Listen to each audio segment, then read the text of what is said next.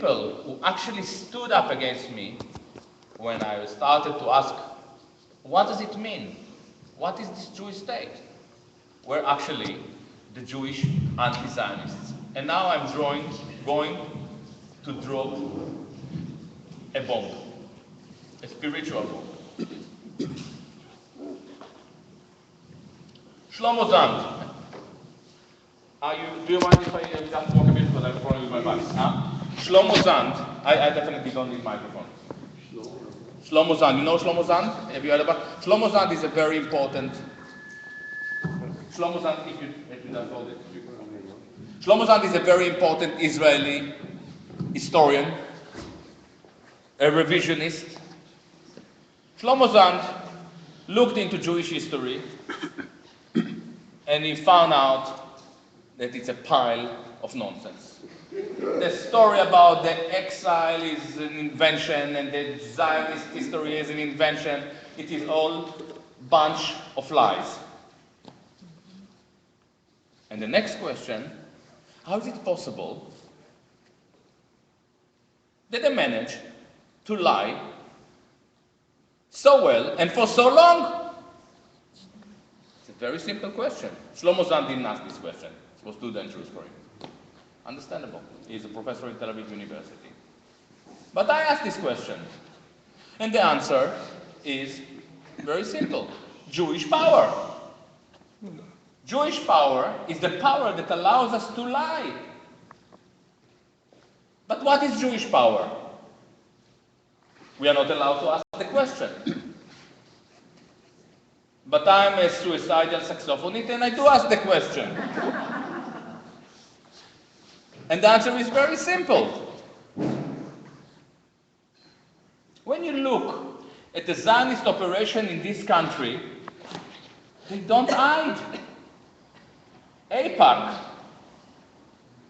running these massive conferences, we see the entire American elite running into this conference, kneeling in front of their Jewish funders. There is no Jewish conspiracy, ladies and gentlemen. Zionists are not shy of anything. We have here one Zionist, she's sitting here, she's proud, she's with the camera. Absolutely proud. Exactly. They're not shy of anything. They're not afraid. They're proud. When they manage to get the American president to threaten Iran on their behalf, they brag about it. They didn't have any problem to mount pressure openly on Obama's administration to try to determine who would be your Secretary of Defense. Am I right? Yeah. In Britain, on the website of the Jewish lobby in England, CFI, they say we have 80% of the British conservative MPs are members of our CFI clubs. They're saying it. By the way, it means that 80% of the British conservative MPs are friends of Tel Aviv. How many of them are friends of Glasgow or Liverpool? It's the same here. Many of your Senate and Congress members, they're friends of Tel Aviv. How many of them are friends of Oakland? Ask the people, the homeless people in the streets. So it's not, Zionism is not Jewish power. It took me good 12 or 13 or 15 years to understand what is Jewish power. Jewish power is the capacity to stop you from asking, what is Jewish power? This is the secret. And this is exactly what I do. Now, who are the people who stop us from asking what is Jewish power?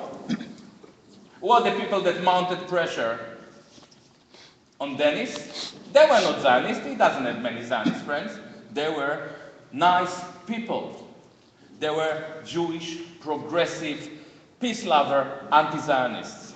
And this is where the problem starts. And this is why I try to identify, to understand what is this tribal bond between Zionism, Jewish anti-Zionist, left, progressive, and guess what? I sussed it out. Sussed it out is in English, American English, or is it English English? It doesn't mean anything, huh? Sorry, I realized. I sussed it out, I have managed to understand what it is. I've managed to find out what it is, and I've managed to realize that actually Zionism is a serious problem, is a threat to world peace, but it may not be the biggest obstacle. I now understand that left and the progressive discourse that stops us from asking these questions may as well be the primary obstacle. Now, I now address the final thing. You said colonialism, apartheid, Zionism. Israel is not colonial.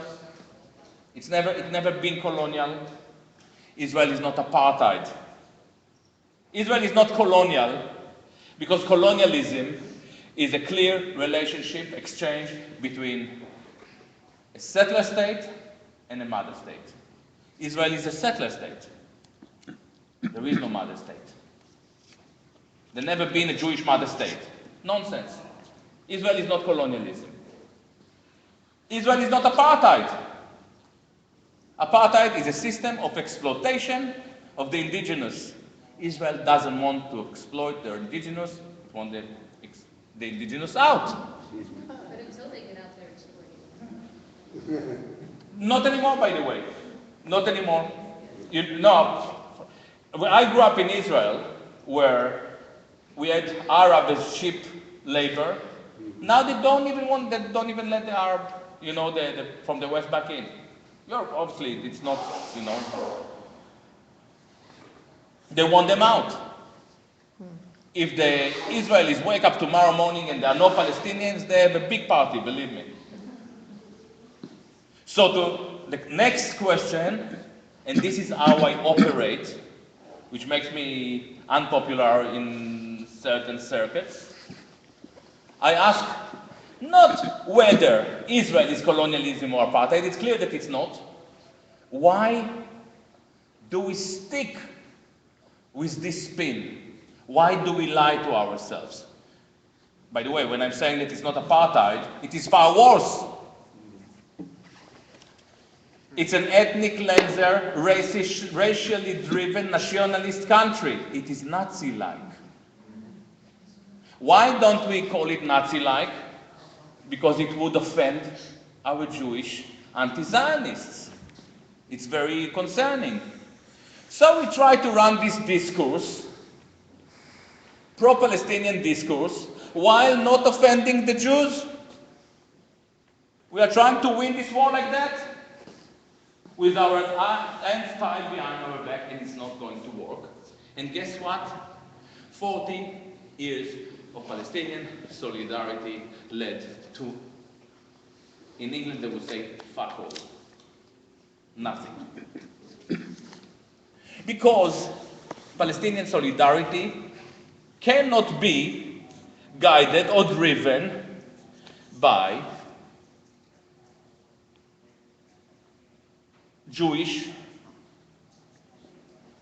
sensitivities.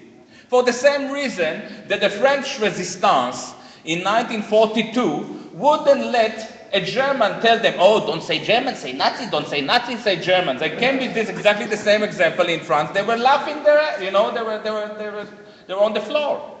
It's pathetic. I think that I addressed all those issues.